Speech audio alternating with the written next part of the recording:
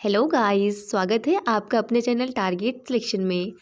कैसे हैं आप सब और कैसी चल रही है आपकी तैयारी? गाइस, मैं आपसे डेली पूछती हूँ लेकिन आप कभी मुझे नहीं बताते कि आप लोग कैसे हैं और कैसी आपकी तैयारी चल रही है। तो मुझे तो उम्मीद है कि आप सब अच्छे होंगे, पहले हेल्दी होंगे एंड आपकी तैयारी भी फंटास्टिक चल रही होगी। तो यार आप लोग भी बता दिया करें कमेंट्स में कि हाँ, आप सबकी तैयारी कैसी चल रही है। आपको भी अच्छा लगेगा और हमें भी अच्छा लगेगा। तो फाइनली अपनी क्लास देखते हैं। क्लास जो हमारी है वो यूपीएसआई 2025 थंबनेल से तो आप लोग समझ ही गए होंगे। और जो क्वेश्चन है वो एक एक क्वेश्चंस को बहुत ही प्रीवियस ईयर क्वेश्चंस को बहुत ही एनालाइज अच्छे से किया गया है। उसके बाद में प्रीवियस क्वेश्चन पर बेस्ड आपके लिए क्वेश्चन को लाया गया है। तो गाइज इनको अच्छे से एनालाइज कर लिया करें, पढ़ा करें, इनको बार बार प्रैक्टिस करें और डेफिनेटली आपको समझ में आएगा और आप अच्छे से अपना स्कोर भी बना पाएंगे। तो मुझे उम्मीद है आज भी क्लास में आप अच्छा स्कोर कर पाएंगे। तो क्लास स्टार्ट करते हैं बिना देरी करते हुए। तो आप लोग कमेंट्स करके ज़रूर बताया करें क्या आपका स्कोर रहता है और कैसे चल रही है आपकी तैयारी, ये भी बता दिया करें, हमें भी अच्छा लगेगा। तो पहला क्वेश्चन देखते हैं क्या है कि क्या आप घर भी जाएंगे? वाक्य में रेखांकित पद है तो क्या है? आप क्या है? तो आप क्या है एक सर्वनाम है क्योंकि ये किसी के नाम पर आया हुआ है। तो आंसर यहाँ पर सी होगा। गाइज मैं पहले क्लियर कर देती हूँ, क्लास को फास्ट करूँगी बिकॉज मैं आपको रिवाइज़ करवा रही हूँ, ना कि कोई आपको डिटेल में क्लास बताने वाली हूँ, समझाने वाली नहीं हूँ। जहाँ पे मुझे लगेगा मैं समझाना चाहिए मुझे, मैं समझा दूँगी आप लोगों को, ठीक है? तो डिटेल में नहीं बताऊँगी, मैं आपको आंसर बताऊँगी, जहाँ पे ज़रूरत होगा वहीं पे बताऊँगी। क्वेश्चन सेकंड है, वह बहुत धार्मिक व्यक्ति है। वाक्य में रेखांकित पद क्या है? तो धार्मिक यहाँ पर क्या बताता है? क्या ये एक संज्ञा है? जी बिल्कुल नहीं। सर्वनाम है? जी बिल्कुल नहीं। क्या क्रिया है? नहीं भाई, एक विशेषण है। ओके, तो यहाँ पर धार्मिक एक विशेषण हो जाएगा। नेक्स्ट क्वेश्चन है, निशा का विशेषण रूप क्या हो सकता होगा? तो निशा का है ना विशेषण, क्या निशाचर होगा? नहीं जी। निशीय होगा? निशीय कोई शब्द नहीं होता। निशांत या फिर नैश, तो यहाँ पर इसका हो जाएगा नैश। नैश जो है ना वो इसका विशेषण हो जाएगा। याद रखिएगा, क्वेश्चन इंपॉर्टेंट है। नेक्स्ट क्वेश्चन है, नेताजी ने कहा था तुम मुझे खून दो मैं तुम्हें आज़ादी दूंगा। इस वाक्य में कौन सा चिन्ह लगा है? तो इस वाक्य में कौन सा, ये जो चिन्ह लगा है ना, ये वाला पूछा गया है, ये कौन सा चिन्ह लगा हुआ है? बताइए कौन सा है? क्या पूर्ण विराम चिन्ह है, अल्प विराम है, उद्धरण है या फिर प्रश्नवाचक है? तो यहाँ पर जो लगा हुआ है वो उद्धरण चिन्ह है। याद रखिएगा, जो ये चिन्ह होता है वो उद्धरण होता है। क्वेश्चन अगला है आपके लिए, वह काम नहीं करता वाक्य में अव्यय, अव्यय पद कौन सा है? तो यहाँ पर जो अव्यय हो जाएगा वो आपका वह हो जाएगा। यहाँ पर ए आंसर बिल्कुल सही हो जाएगा। क्वेश्चन अगला देखते हैं, सदैव ही बहुवचन में प्रयुक्त होने वाला शब्द कौन सा है? घर है, प्रत्येक है, दर्शन है या फिर मुनि है? देखिए, घर का घरों हो जाएगा, प्रत्येक को यहाँ पर मतलब हमेशा जो है ना बहुवचन में यूज होता है। तो दर्शन जो है ना वो हमेशा आपका बहुवचन में यूज होता है। प्रत्येक तो एक वचन के लिए होता है। मुनि तो मुनि होते हैं, मुनियों हो जाएगा। तो यहाँ पर आंसर बिल्कुल सी हो जाएगा। हाँ गाइज, एक कमेंट्स मैंने देखा था, तो कोई पंडित ऋषि उपाध्याय जी हैं, बोल रहे थे कि मेरा नाम मेंशन कर देना, तो लो मैंने आपका नाम ले दिया है। ऋषि उपाध्याय जी, तो आपका सिलेक्शन हो जाएगा अगर आप अच्छे से तैयारी कर रहे हैं और अपनी मेहनत को कंटिन्यू रखिए। तो आपने बोला था कि आपका नाम मेंशन करने के लिए, तो मैंने आपका नाम ले लिया है। तो ऑल द बेस्ट, आप अच्छे से आप अपनी तैयारी करें और कंटिन्यू बनाए रखें जो भी तैयारी कर रहे हैं, जैसे पढ़ रहे हैं, तो आपका सिलेक्शन डेफिनेटली हो जाएगा। अगला क्वेश्चन है, निम्नलिखित में से कौन सा शब्द पुल्लिंग है? तो बताइए, बचन है, हानि है, प्यास है या फिर बचत है? कौन पुल्लिंग है? तो यहाँ पर आपका हो जाएगा बचन। बचन एक पुल्लिंग शब्द है।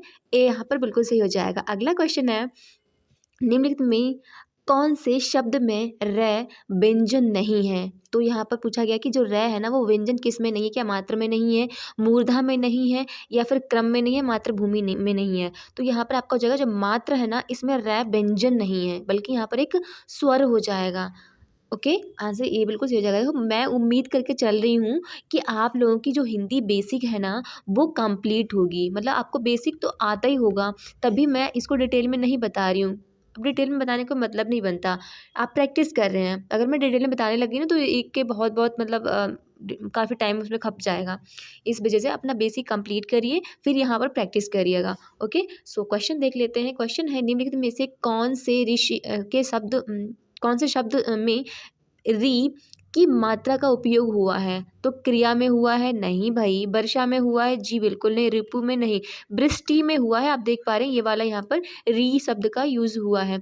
अगला क्वेश्चन देखते हैं, श का उच्चारण स्थान क्या होता है? क्या कंठे होता है? जी बिल्कुल नहीं। तालु होता है? नहीं। दंते होता है? मूर्धा होता है? तो क्या होता है? इसका होता है तालु। अगर मैंने ना बोला है तो आप ना मत सोच लीजिएगा, क्योंकि आपको पता है क्या होगा। अगर मैं गलत बता रही हूँ तो आप मुझे करेक्ट करिए। यहाँ पर तालु होता है, ओके। क्या होता है? देखो, पहले होता है कंठ है आपका। यहाँ पर कौन से आते हैं? तो यहाँ पर होते हैं क वाली लाइन पूरी पूरी। क्या का ख वाली, ठीक है। फिर आपका होता है कंठे के बाद क्या होता है? आपका तालु। फिर आपका क्या हो जाएगा? यहाँ पे च वाली लाइन। फिर आपका क्या हो जाएगा? मूर्धा, दंते, ठीक है। उसके बाद में आपका मूर्धा, फिर ओष्ठ्य हो जाएगा। तो यहाँ पर कंठे पूछा गया, तालु पूछा गया है, तो आपका यहाँ पर दो च वाली लाइन के साथ में ईयस आ जाएगा। ई, ये और श, ये सारे के सारे आपके आ जाएंगे तालु में, याद रखिएगा। नेक्स्ट है बिहार के सीमावर्ती राज्यों की संख्या कितनी है? तो बिहार की जो मतलब बॉर्डर लाइन है वो किन किन राज्यों से शेयर करती है? तो एक तो अपने यूपी से ही करती है, ठीक है। एक तो यूपी से करती है, दूसरा मध्य प्रदेश करती है, झारखंड से करती है, छत्तीसगढ़ से करती है। तो कितने हो गए? 1 2 3 4। कितने से करती है? तो यहाँ 5 से, तो और किसे करती है? तो वेस्ट बंगाल से करती है। तो 5 से करती है। आंसर आपका यहाँ पर बी बिल्कुल सही हो जाएगा। आप मैप में देख लीजिएगा। अगला क्वेश्चन है, किस शासक ने अपनी राजधानी राजगृह से पाटलिपुत्र स्थानांतरित की थी? तो बिंदुसार नहीं थे, बिंबिसार नहीं भाई, उदयन थे, उदयन, जिन्होंने अपनी राजधानी को राजगृह से पाटलिपुत्र के लिए ट्रांसफर किया था। अगला क्वेश्चन है, पाटलिपुत्र में बुलाई गई प्रथम जैन समिति के अध्यक्ष कौन थे? देखो, यहाँ पर जैन समिति पूछी गई, ना कि बौद्ध समिति। बौद्ध समिति नहीं पूछी गई है गाइस, क्योंकि क्वेश्चन में बौद्ध समिति बहुत ज़्यादा पूछी जाती है एग्जाम्स में। तो जैन समिति की पूरी पूरी संभावना है कि अब बौद्ध समिति बहुत ज़्यादा पूछ ली जा चुकी है, तो जैन समिति भी आपसे पूछी जा सकती हैं। यहाँ पर जैन समिति के बारे में पूछा गया है, तो क्या हो जाएगा इसका आंसर? कौन अध्यक्ष थे? क्या वसुमित्र थे, स्थूलभद्र थे, स्थिरमती थे, या मुधर्मन थे? तो कौन थे? स्थूलभद्र थे। आंसर आपका बी बिल्कुल सही हो जाएगा। नेक्स्ट क्वेश्चन है, भारतीय राष्ट्रीय कांग्रेस के 1916 के लखनऊ लखनऊ अधिवेशन में किसने बिहार के नील उगाने वालों का प्रश्न प्रस्तुत किया था? तो किसने किया था? क्या नाम था उनका? राजकुमार शुक्ल थे, जेबी कृपलानी थे, डॉक्टर राजेंद्र थे। तो यहाँ पर आंसर ए ही है, राजकुमार शुक्ल ने ये क्वेश्चन रेज किया था। अगला क्वेश्चन है, भारतीय राष्ट्रीय कांग्रेस के 27वें सम्मेलन की अध्यक्षता किसने की थी? तो बताइए किसने की थी, अगर आपको आंसर पता है तो आंसर आपका हो जाएगा आर एन मुधोलकर, याद रखिएगा। आंसर सी इसका बिल्कुल सही हो जाएगा। अगला क्वेश्चन है गाइस, किसान क्या करें पुस्तक किसने लिखी है? किसान क्या करें, क्या करें, बेचारे परेशानी हो रहे हैं, तो बताओ क्या करें। ये पुस्तक किसने लिखी है? तो बताइए कि उनका नाम क्या है? तो उनका नाम है, आप बताइए कि कौन हो सकते हैं? स्वामी सहजानंद सरस्वती जी ने लिखी है पुस्तक, रट लीजिएगा, बहुत इंपॉर्टेंट क्वेश्चन है ये। अगला क्वेश्चन है, बिहार के किसानों ने किस आंदोलन में चौकीदारी कर देने से इनकार कर दिया था? तो वो कौन सा आंदोलन था? वो आंदोलन था सविनय अवज्ञा आंदोलन। सविनय अवज्ञा आंदोलन 1920 में स्टार्ट हुआ था, तो इसी में इन्होंने टैक्स देना मना कर दिया था। नेक्स्ट क्वेश्चन है, पटना युवक संघ की स्थापना किसने की थी? देखो, ये जो है ना क्वेश्चन, आप इसको स्टार्ट कर लीजिए मेरी तरफ से, कि क्वेश्चन इंपॉर्टेंट है और एग्जाम में ऐसे ही क्वेश्चन बनते हैं। फिर हम सोचते हैं यार क्वेश्चन आ कहाँ से गया है, हमने तो पढ़ा ही नहीं है। ऐसे ही आप ध्यान नहीं देंगे, है ना, फिर कहेंगे क्वेश्चन आ कहाँ से गया है। तो ऐसे क्वेश्चंस को बहुत अच्छे से ध्यान दिया करें और इनको पढ़ा करें, ध्यान दिया करें इन पर, ठीक है। तो क्वेश्चन देखते हैं, इसका आंसर क्या है कि संघ की स्थापना जो है ना वो हुई थी, तो ये हुई थी आपकी 1927 में, पटना युवक संघ। नेक्स्ट क्वेश्चन है आपका, अशोक के प्रस्तर अभिलेख के प्रतीक थे, क्या थे? राजनीति व्यवस्था थी, प्रशासन था, या फिर धर्म था, अर्थव्यवस्था थी? तो बताइए क्या था? तो वो एडमिनिस्ट्रेशन बताते थे। जो अशोक के शिलालेख, बड़े बड़े शिलालेख मिले हैं, वो क्या बताते हैं? वो बताते हैं कि उसका उनका प्रशासन कैसा था, क्योंकि उस पर कुछ ना कुछ इनक्रिप्शन लिखा हुआ ना, कुछ लिखा हुआ क्रिप्टेड है, तो वो बताता है कि वहाँ का उनका एडमिनिस्ट्रेशन कैसा चला था, प्रशासन कैसा चल रहा था, उसके बारे में वो हमें नॉलेज प्रोवाइड कराते हैं। अगला है, स्वामी सहजानंद निम्न में से किस से संबंधित थे? तो वो जो थे संबंधित है बिहार में किसान आंदोलन से। आंसर आपका हो जाएगा सी। मैं थोड़ा फास्ट कराती हूँ, मैं थोड़ा धीरे करा रही हूँ ना आप लोगों को, ठीक है। समय की एसआई मात्रा क्या होती है? तो बताइए क्या होती है? वो आपकी होती है घंटा। समय की एसआई मात्रा घंटा होती है, आप सेकंड में लगा दीजिएगा। अगला क्वेश्चन है, प्रकाश की तरंग दैर्ध्य मापने की इकाई क्या होती है? फ्राडे होती है, कैंडला होती है, डायन होती है, या फिर एंगस्ट्रॉम होती है? अब डायन को आप लोग मतलब वो मत समझ लेना, मतलब ये डायन एक यहाँ पर इकाई होती है, यूनिट होती है किसी की मापने की। तो फिलहाल इसका एंगस्ट्रॉम होता है, जो तरंग दैर्घ्य, प्रकाश की तरंग दैर्घ्य जो है ना, उसको अगर मापेंगे, अब आप लोग कहेंगे प्रकाश को कैसे मापेंगे? हाँ, तो उसकी भी एक यूनिट होती है, उसको एंगस्ट्रॉम कहते हैं, उससे इसको मापते हैं। अगला क्वेश्चन है, अत्यधिक उच्च तापमान मापने के लिए किस उपकरण का यूज़ होता है? तो अगर हाई टेम्परेचर बढ़ रहा है तो किसका यूज़ करेंगे बताओ? क्या यूज़ करेंगे मापने के लिए? तो पायरोमीटर यूज़ करेंगे उसके टेम्परेचर मापने के लिए। अगला क्वेश्चन हो जाएगा आपका, निम्नलिखित में से किसे ऊष्मागतिकी का पहला नियम भी कहा जाता है? ऊष्मागतिकी का पहला नियम ऊर्जा संरक्षण के नियम को कहा जाता है। आंसर आपका बी बिल्कुल सही हो जाएगा। नेक्स्ट है, निम्न में से क्या विद्युत धारा के चुंबकीय प्रभाव का उपयोग नहीं करता है? तो क्या नहीं करता है? ये विद्युत बल्ब, जो विद्युत बल्ब होते हैं वो विद्युत धारा के जो चुंबकीय प्रभाव होता है ना, उसका प्रयोग नहीं करते हैं, याद रखना होगा आपको। अगला क्वेश्चन है, चुंबकीय क्षेत्र की ओर किसी वस्तु को आकर्षित किए जाने के बजाय इसे प्रतिकर्षित किए जाने की परिघटना को क्या कहेंगे? देखिए, आपको पता है कि चुंबक है ना, वो हर चीज़ को अपनी साइड में अट्रैक्ट करती है, यानी कि आकर्षित करती है। लेकिन ऐसी कौन-सी चीज़ होगी जो इससे दूर जाएगी, यानी कि प्रतिकर्ष होगी, तो उस घटना को क्या कहेंगे? उस घटना को क्या कहेंगे? उसको कहेंगे माइसनर प्रभाव। माइसनर प्रभाव उसको कहेंगे, जब चुंबक अपनी साइड में चीज़ को आकर्षित ना करके प्रतिकर्षित करेगी, तो उसको हम कहेंगे माइसनर प्रभाव। अगला क्वेश्चन है, अच्छा ये जो माइसनर प्रभाव है ना, इसी पर बेस्ड एक मेट्रो बनाई गई है, इंडिया में नहीं भाई, जापान में है, इंडिया में अभी नहीं आई है।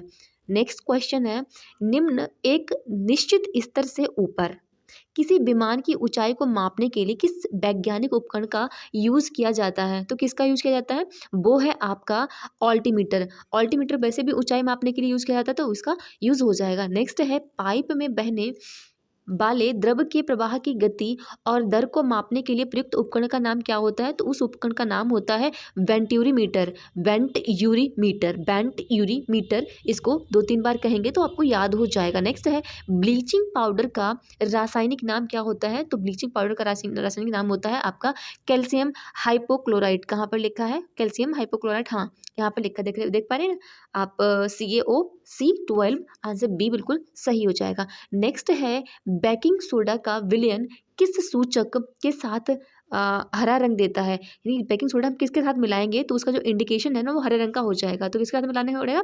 तो चाइना रोज के साथ मिलाने से हरा रंग हो जाएगा। अगला है, साइटोलॉजी निम्न के अध्ययन से संबंधित है। तो किससे संबंधित है? कोशिका से है। कोशिका की स्टडी को साइटोलॉजी कहा जाता है। So remember it. Next question है, डीएनए मुख्य रूप से कोशिका के डैश डैश डैश में संग्रहित होता है। किस में होता है डीएनए? क्या गोल्जी कॉय में होता है? नहीं। कोशिका द्रव में होता है, प्लाज्मा झिल्ली में होता है, केंद्रक में होता है? किस में होता है बताइए? तो वो होता है केंद्रक में। अगला क्वेश्चन देखते हैं, और जो एक माइटोकॉन्ड्रिया होता है उसका अपना डीएनए होता है, ये भी याद रखना पड़ेगा आपको।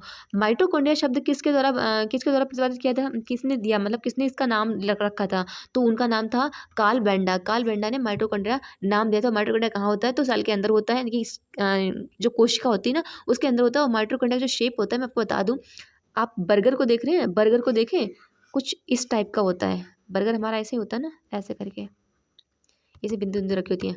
हाँ, तो ऐसा ही माइटोकॉन्ड्रिया होता है, जो कि सेल के अंदर होता है, कोशिका के अंदर होता है। और माइटोकॉन्ड्रिया का अपना डीएनए होता है, और डीएनए कहाँ होता है? तो वो केंद्रक में होता है, यानी कि न्यूक्लियस में होता है। अगला क्वेश्चन देखते हैं, निम्नलिखित में से कौन सा पाचन तंत्र के स्वास्थ्य के लिए आवश्यक हमारे आहार का अपचनीय भाग होता है? तो कौन सा भाग होता है? वो होता है हमारे रूफेज। रूफेज किस में होती है? तो स्टमक, यानी कि पेट में होती है, आमाशय में होती है।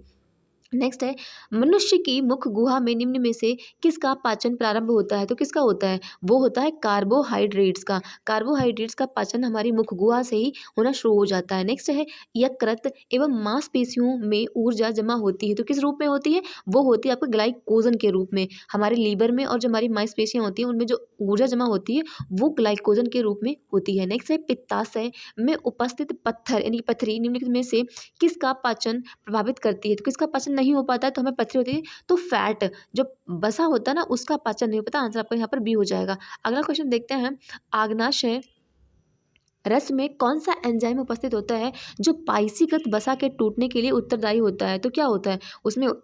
लाइपेज। आग्नाशय में लाइपेज होता है, जो मतलब एक एंजाइम ऐसा उपस्थित होता है लाइपेज नाम का, जो पाइसीकृत वसा के टूटने के लिए अकाउंटेबल होता है, उत्तरदायी होता है। अगला क्वेश्चन देखते हैं, भूजल में किस खनिज के संदूषण के कारण ब्लू बेबी सिंड्रोम होता है? यानी कि हमारा जो भूमि का जल है ना, जो हम पीते हैं, उसमें कौन सा ऐसा संदूषण होता है, यानी प्रदूषण होता है, पोल्यूटेंट होता है, जिससे ब्लू बेबी सिंड्रोम हो जाता है? तो वो होता है आपका नाइट्रेट। नाइट्रेट उसमें ज़्यादा, वैसे भी ये पोल्यूटेड गैस है, तो इससे ब्लू बेबी सिंड्रोम होता है। नेक्स्ट है मानव आबादी में बीमारियों और इसके स्रोतों के सांख्यिकी अध्ययन को क्या कहा जाता है? तो इसके अध्ययन को कहते हैं महामारी विज्ञान। आप इसको याद रखना, महामारी विज्ञान कहते हैं। अगला क्वेश्चन गाइस, हम फाइनली 14 नंबर पे पहुंच गए हैं। तो जो भी आपका स्कोर बने इन क्वेश्चंस में हमें कमेंट्स में ज़रूर बताया करें। ओके, तो नेक्स्ट क्वेश्चन है खसरा के उपचार के लिए इस्तेमाल किए जाने वाले टीके का नाम क्या है? तो क्या है इसका नाम? इसका नाम है MMR। MMR जो खसरा होता है ना, खसरा, अरे इसको एक मतलब ऐसे ही गाँव बोलते हैं ना कि देवी की बीमारी, मतलब देवी निकली हैं, ऐसा कुछ बोलते हैं, मतलब थोड़ा इसको रिलीजियन से कनेक्ट कर लेते हैं। तो ऐसा कुछ होता नहीं है, एक ये भी डिजीज़ है। तो इसके उपचार के लिए जो वैक्सीन डेवलप की गई है वो MMR है, ये आपको याद रखना होगा। अगला क्वेश्चन देखते हैं, जो क्यू बुखार होता है वो किस जीवाणु के कारण होता है? तो क्यू बुखार जो है ना, वो आपका होता है कॉक्सियला बनेंटी नामक जीवाणु के कारण होता है। नेक्स्ट है रोजेशिया एक आम बीमारी है जो मानव शरीर के किस भाग को प्रभावित करती है?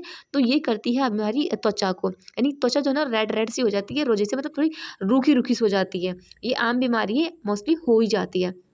नेक्स्ट है निम्नलिखित में से कौन से विटामिन की कमी से रतौंधी रोग होता है जो मानव में पूर्ण दृष्टिहीनता का कारण बनता है? तो विटामिन डी है, विटामिन ए है, विटामिन ई है, विटामिन सी है, कौन सी है? तो आपको पता होना चाहिए, आंसर आपका हो जाएगा यहाँ पर बी, विटामिन ए होती है। नेक्स्ट है किस विटामिन की कमी के कारण इंसानों में रक्त अल्पता यानी कि एनीमिया हो जाता है? तो कौन सी कमी होती है? तो विटामिन B12। विटामिन B12 की अगर कमी हो जाएगी तो आपको एनीमिया हो जाएगा।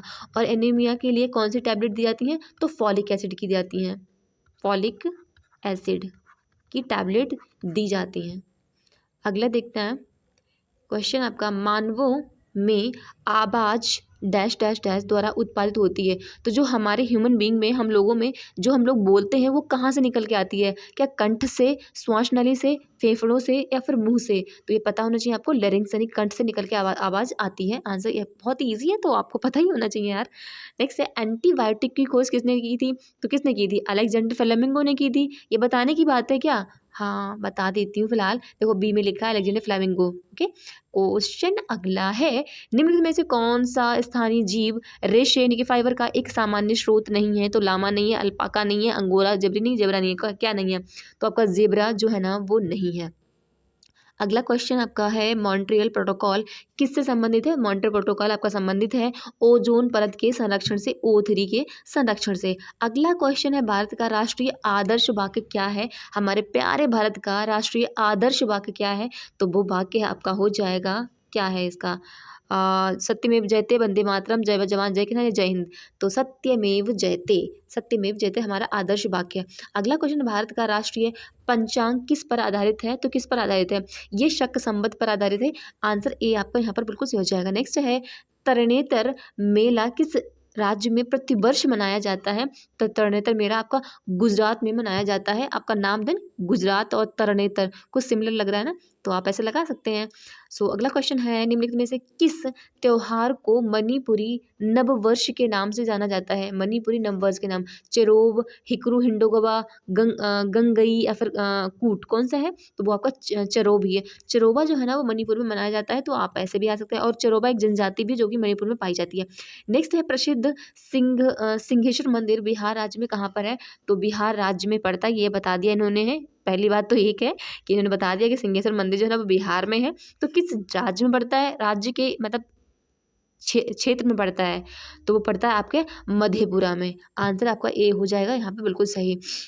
नेक्स्ट है मीनाक्षी मंदिर कहाँ है? तो ये आपका कांचीपुरम में, तिरुपति में है, मदुरै में, उज्जैन में, कहाँ पर है? तो ये आपका पड़ता है मदुरै यानी कि तमिलनाडु में। तमिलनाडु के मदुरै शहर में आपका मीनाक्षी मंदिर पड़ता है। नेक्स्ट है तबला वादक किशन महाराज का संबंध किस घराने से था? तो उनका जो संबंध था वो बनारस घराने से था। याद रखिएगा प्लीज़ इसको, आंसर क्वेश्चन इंपॉर्टेंट है। नेक्स्ट है आगरा घराने के संस्थापक कौन थे? तो आगरा घराने के हाजी सुजान खान थे, हाजी सुजान खान। आंसर बी बिल्कुल सही हो जाएगा। नेक्स्ट क्वेश्चन है मानव सभ्यता के विकास की कहानी दर्शाने वाले देश का सबसे बड़ा संग्रहालय इंदिरा गांधी मानव संग्रहालय कहाँ पर स्थित है? तो ये आपका है भोपाल मध्य प्रदेश, यानी कि आंसर ए बिल्कुल सही हो जाएगा। नेक्स्ट क्वेश्चन है साइलेंट वैली, तो इसका आंसर बता दूँ क्या? आपको पता होना चाहिए यार, बहुत ही आसान है, कई बार करा चुकी हूँ, केरला में है साइलेंट वैली।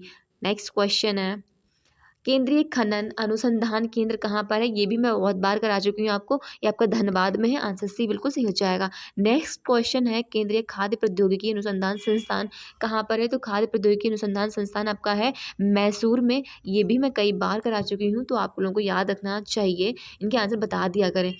और जब लोग अब तक कमेंट्स में क्या करते हैं, आप लोग ए लिख देते हैं, बी लिख देते हैं, ऐसा ना लिखा करें, क्वेश्चन नंबर डाल दिया करें। 62 नंबर क्वेश्चन है, 62 नंबर क्वेश्चन आंसर क्या देंगे आप? ए देंगे, बी देंगे या सी देंगे? तो क्वेश्चन नंबर लिख दिया करें, फिर आंसर लिख दिया करें कि ये है या बी है, आपने क्या बताया है।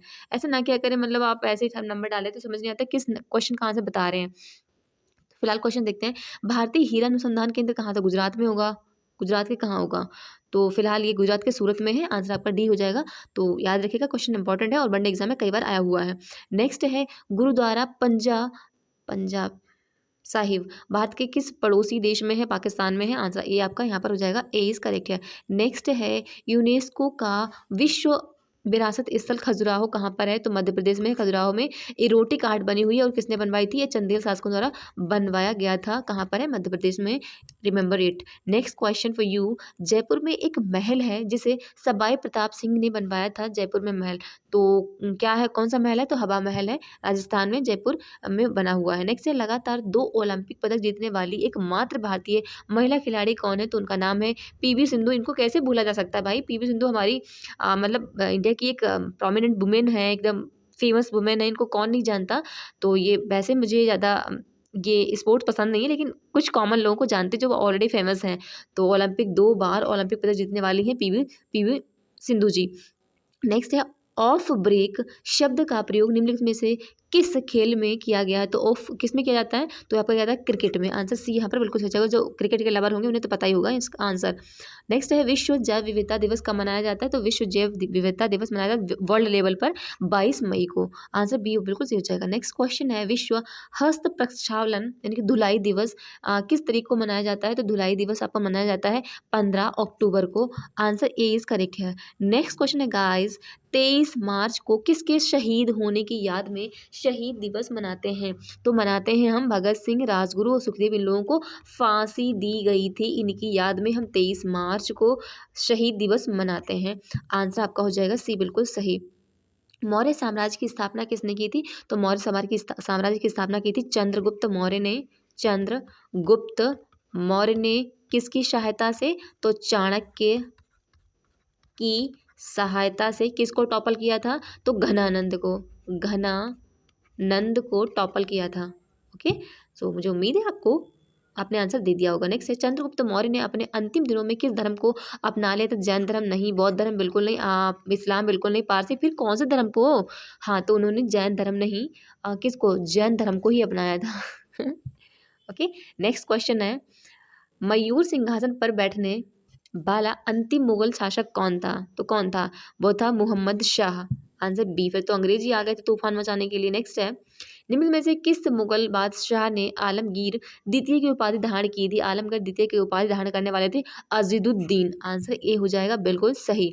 नेक्स्ट है भारत का अधिकांश विदेशी व्यापार मतलब कैसे होता था? जो हमारा विदेशी व्यापार था तो किससे होता था? क्या भूमि और हवाई, अरे हवाई मार्ग तब कहाँ थे? भूमि और समुद्री मार्गों के माध्यम से, भूमि हवाई समुद्री मार्गों, या समुद्री मार्ग या फिर हवाई मार्गों से? नहीं भाई, आपका हो जाएगा हाँ समुद्री और हवाई मार्गों से।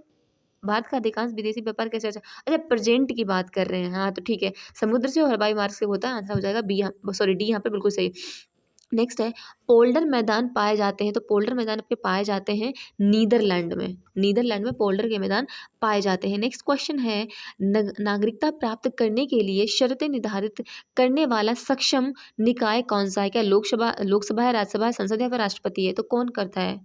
वो करता है आपका संसद, यानी संसद में आपका राष्ट्रपति और राज्यसभा और लोकसभा तीनों आ जाते हैं, तो वही नागरिकता प्राप्त करने की शर्तें रखते हैं। नेक्स्ट क्वेश्चन है, किस तिथि के बाद भारत में जन्म लेने वाले व्यक्ति को जन्मजात भारतीय नागरिक समझा जाएगा? तो कौन सा ऐसा मतलब कौन सी ऐसी डेट है जिसके बाद आपने अगर भारत में जन्म लिया है तो आप भारत के नागरिक समझे जाएंगे? तो वो डेट आपकी है 26 जनवरी 1950। इसी दिन हमारा जो है ना, हम आज़ाद हुए थे, तो इसी डेट को हमने मान लिया था। नेक्स्ट है, किस समिति ने के सुझाव पर नागरिकता संशोधन विधेयक 2003 संसद द्वारा पारित किया गया था?